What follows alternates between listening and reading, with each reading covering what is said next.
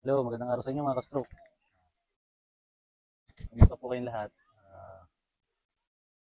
Kapag-exercise na po ba kayong lahat? Video po na ito kasi may nagtingin ako ng comment, may nag-comment sa akin na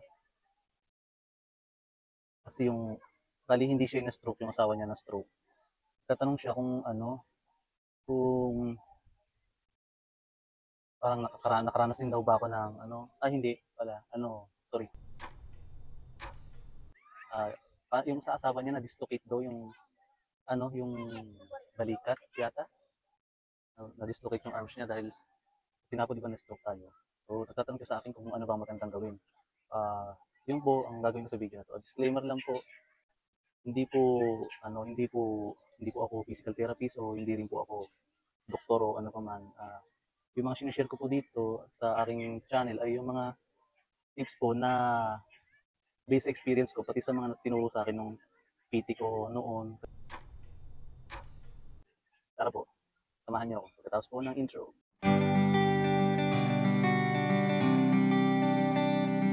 So ayun guys, nakastroke.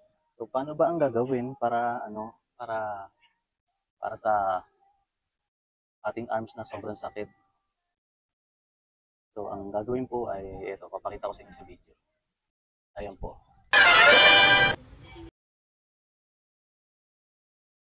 So, ayun mga ka-stroke. So, halimbawa ito yung affected hand nyo. Pagkagising nyo po sa umaga, itutuunan nyo siya palagi ng ganyan. Parang ipupush nyo siya pataas yung balikat. Yan po itinuro sa akin ng PT ko noon para mabawasan yung pain na nararamdaman sa balikat ko. Kasi nagkaroon din po ako niyan. Pero hindi naman siya na-dislocate, pero lagi masakit. Yung talagang nakakapanginig ng laman yung sakit. So, ayun po, tutuunan nyo lang siya.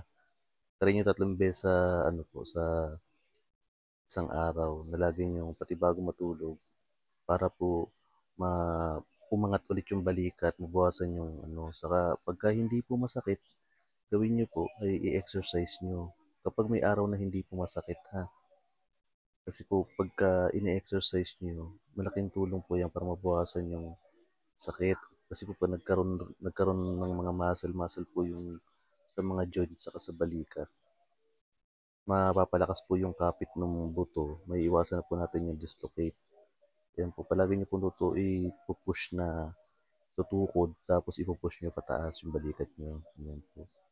Tapos, yan po, pag uupo po kayo, lagi po nyo tatandaan na lagi pong proper dapat ang pag-upo nyo.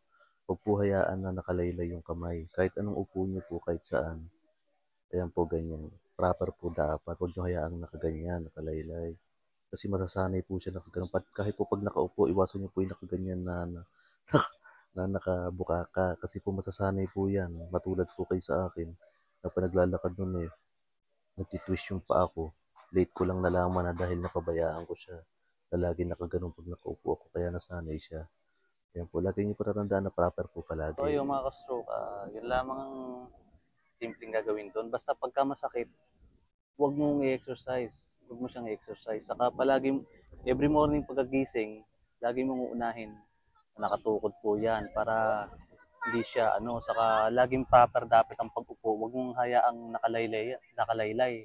Lalo-lalo sa mga sa iba nating mga kapatid na bagong stroke. Huwag niyo po hayaang nakalaylay yung kamay niyo at paa dahil masasanay po yan na ganyan. Po, sige po, sana po nakatulong sa inyo yung video ko na to.